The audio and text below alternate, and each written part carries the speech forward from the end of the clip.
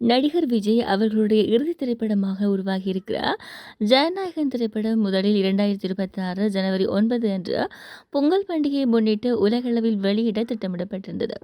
இருப்பினும் தயாரிப்பு நிறுவனமான கேவிஎன் புரொடக்ஷன்ஸ் மற்றும் மத்திய திரைப்பட தணிக்கை வாரியம் இடையே ஏற்பட்ட சில சிக்கல்கள் காரணமாக இந்த படத்துக்கு தணிக்கை சான்றிதழ் கிடைப்பதில் தாமதம் ஏற்பட்டது. இதன் விளைவாக படத்தின் ரிலீஸ் தேதி காலவரையறையின்றி தள்ளிப்போனது.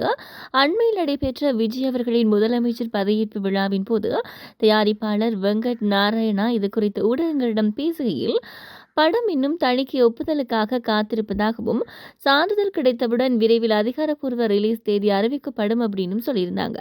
விஜய் அவர்கள் தேர்தலில் வெற்றி பெற்று தமிழக முதலமைச்சராக பொறுப்பேற்றுள்ள நிலையில் திரையில் அவரது டைட்டில் கார்டு எப்படி இருக்கும் என்ற விவாதம் இணையத்தில் எழுந்திருக்கிறது. சமீபத்தில் சினிமா வட்டார தகவல்களின்படி தன்னுடைய அரசியல் வாழ்க்கையும் சினிமா அடையாளத்தையும் தனித்தனியாக வைக்க விஜய் விரும்புகிறார். எனவே படத்தில் தனக்கு முதலமைச்சர் என்ற படத்துக்கு பதிலாக பல ஆண்டுகளாக ரசிகர்கள் கொண்டாடும் தளபதி என்ற டைட்டில் கார்டையே பயன்படுத்துமாறு தயாரிப்பாளர்களிடம் அவர் கேட்டுக்கொண்டுள்ளதாக கூறப்படுகிறது. கடந்த ஏப்ரல் மாதத்தில் தணிக்கை சிக்கல்களால் படம் முடங்கியிருந்த நேரத்தில் ஜனநாயகன் படத்தில் சில முக்கிய காட்சிகள் மற்றும் முழு திரைப்பட வடிவம் இணையத்தில் சட்டவிரோதமாக கசிந்தது. இது பெரும் சர்ச்சை ஏற்படுத்தியிருந்தது. இருந்தாலும் இதற்கு எதிராக தயாரிப்பு நிறுவனம் சட்டப்பூர்வமான நடவடிக்கைகளை எடுத்து வருகிறது அப்படின்றதும் குறிப்பிடத்தக்கது.